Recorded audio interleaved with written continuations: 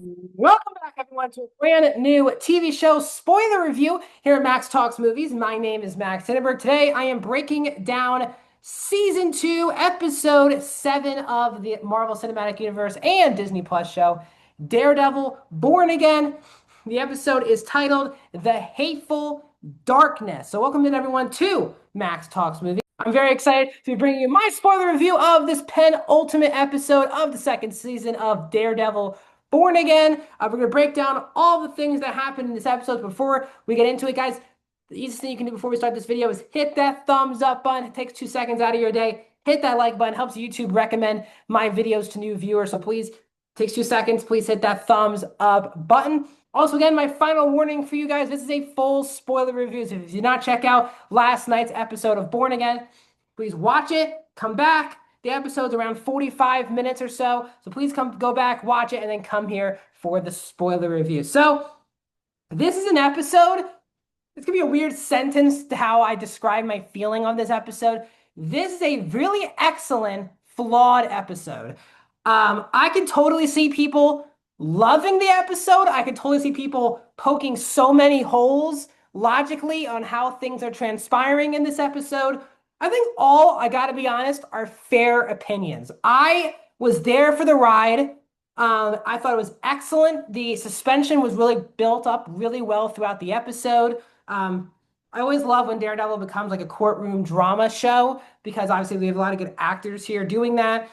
We have the return of Jessica Jones as well back in this episode from last week. They were teasing some things up as well for season 3. But at the same time, it did feel like there was a lot of conveniences that had to happen in this episode in order for things to continue. There were also points in the episode I was like, this doesn't really make a lot of sense, but it's happening because the story needs to continue on the way it's going. So we obviously ended last week with Karen being taken into custody by Fiscus people. And we see her now because she's not a for real, I guess, vigilante because she doesn't have the costume or is a technical superhero. She's put into the regular prison, not the cages that Fisk was using on Red Hook.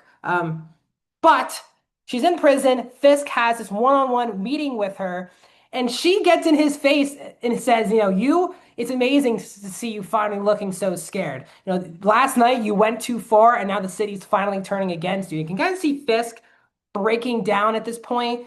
Throughout this episode, he's very confident things are going to happen, but you can kind of feel the city, the law now, especially in this episode, really slipping away from Fisk. I thought Karen, who again played by Deborah Ann Woll, was fantastic as always in this episode.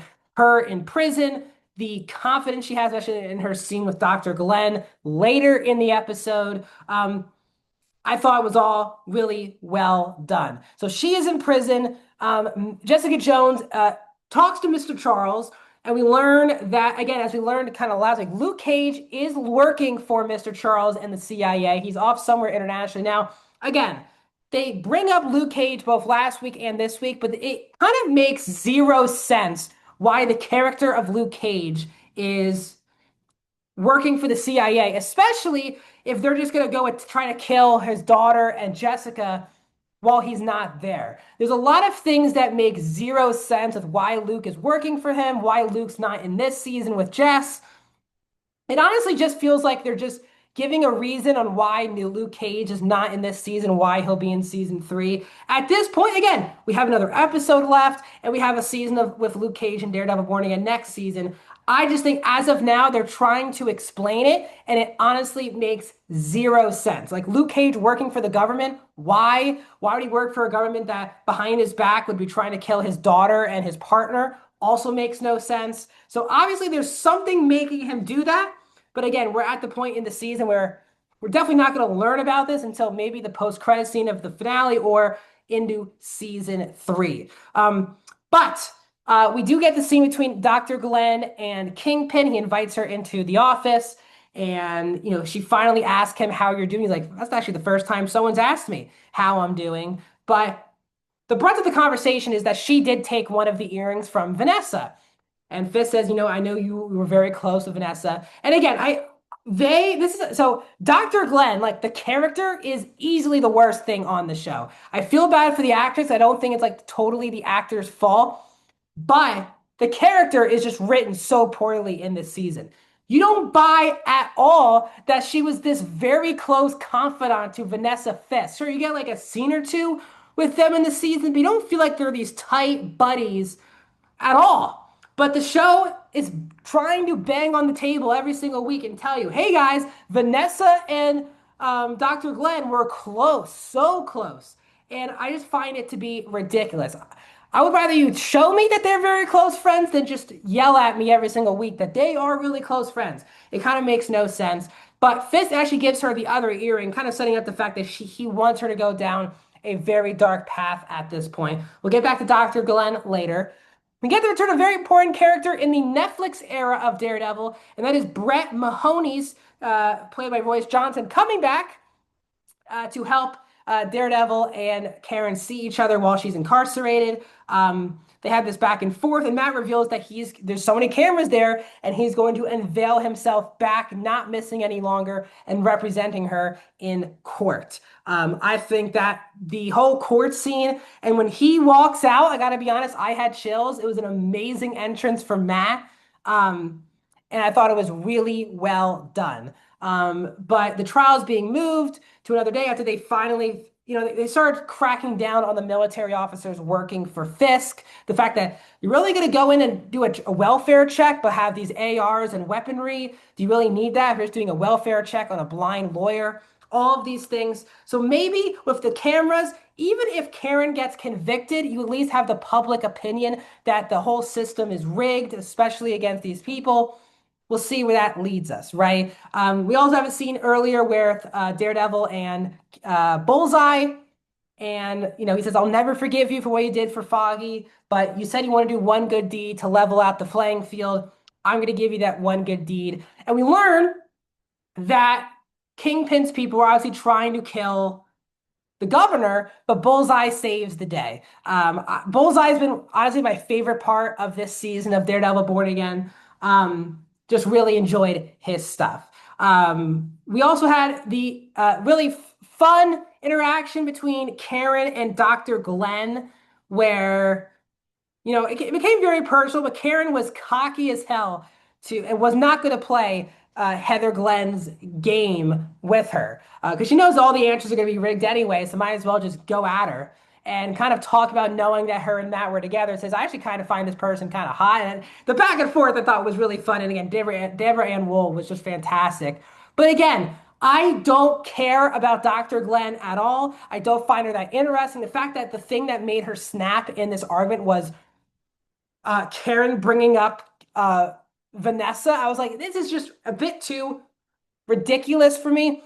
I also found it incredibly stupid, like especially if you're Fisk's people, you don't know, like you don't have videos surveillance at all of Karen and Daredevil being outside together. Like it kind of just makes zero sense. There's so many things in this episode that don't make a lot of sense. Even like Jessica Jones earlier in the episode, when she's talking with Daredevil, is like, I'm not really gonna help you. I'm gonna go back, worry about my daughter. And I'm like, the city like kind of needs you. Like Luke's not there. Like you probably should protect the city from whatever Kingpin's trying to do.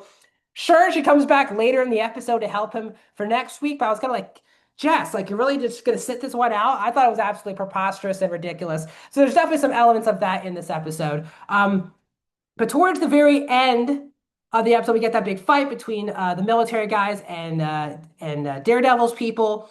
But the big ending of the episode was the stuff involving Daniel and BB. Daniel, the whole episode, really was going to plan to turn over BB to Buck.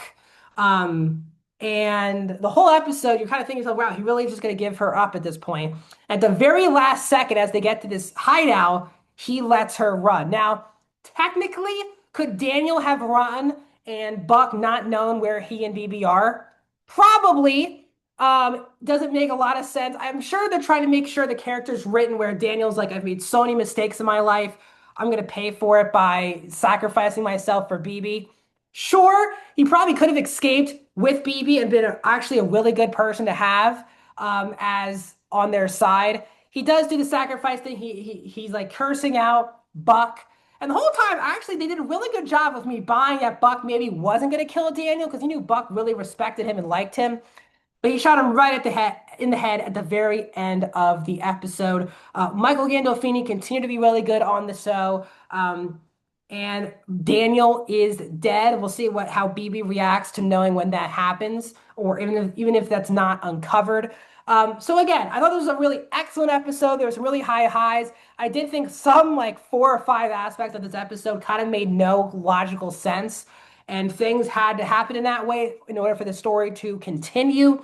So strong episode, flawed episode. That's how I feel on this penultimate episode of Daredevil Born Again. What are your guys' thoughts? Let me know down in the comments. I'll be back next week for the season 2 finale of Daredevil Born Again, breaking all things down. So if you like this video, subscribe, ring the bell. I do reviews every single day, so please subscribe. Comment down below your thoughts, like the video, and I'll see you guys in another video very soon.